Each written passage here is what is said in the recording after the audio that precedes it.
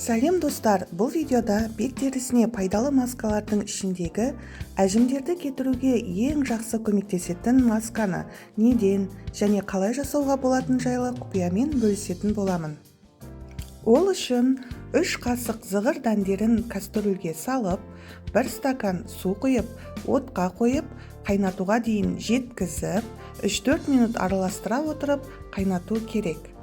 Одан кейін оның суығанын күтіп, гелін марламен не болмаса сүзгішпен сүзіп алу керек.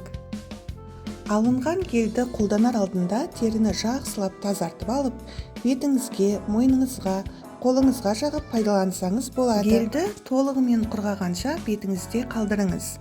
Гел құрғағаннан кейін гелді толығымен кетіру үшін бетіңізді жылы сумен жақсылап жуыңыз. Жақсы нәтиже алу үшін бетке арналған зығыр тұқымының гелін күнделікті қолдануға болады. Қалған гелді шыны ыдысқа құйып, тоңазытқышта 7-10 күнге дейін сақтап, қажетіңізше пайдалана берсеңіз болады. Бұл зығыр дәнінен жасалған гель терінің күйін жақсарту және жасартудың тиімді әдісі болып саналады. Себебі зығыр тұқымдары теріге өте пайдалы табиғи элементтердің бірі болып саналады. Өйткені олардың құрамында теріні нәрлендіретін және ылғалдандыратын және терінің қартаю белгілерімен және майда әжімдермен күресетін талшықтың маңызды май қышқылдарының және витаминдердің жоғары пайызы бар.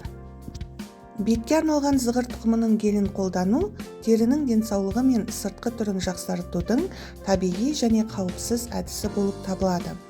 Теріге зығыр тұқымдарының пайдасын көру үшін бұл процесті үнемі қайталап жүрген дұрыс. Ақпарат сіздерге пайдалы болса, каналға тіркеліп, лайк басып, видеомен достарыңызбен бөлісіп қойыңыздар.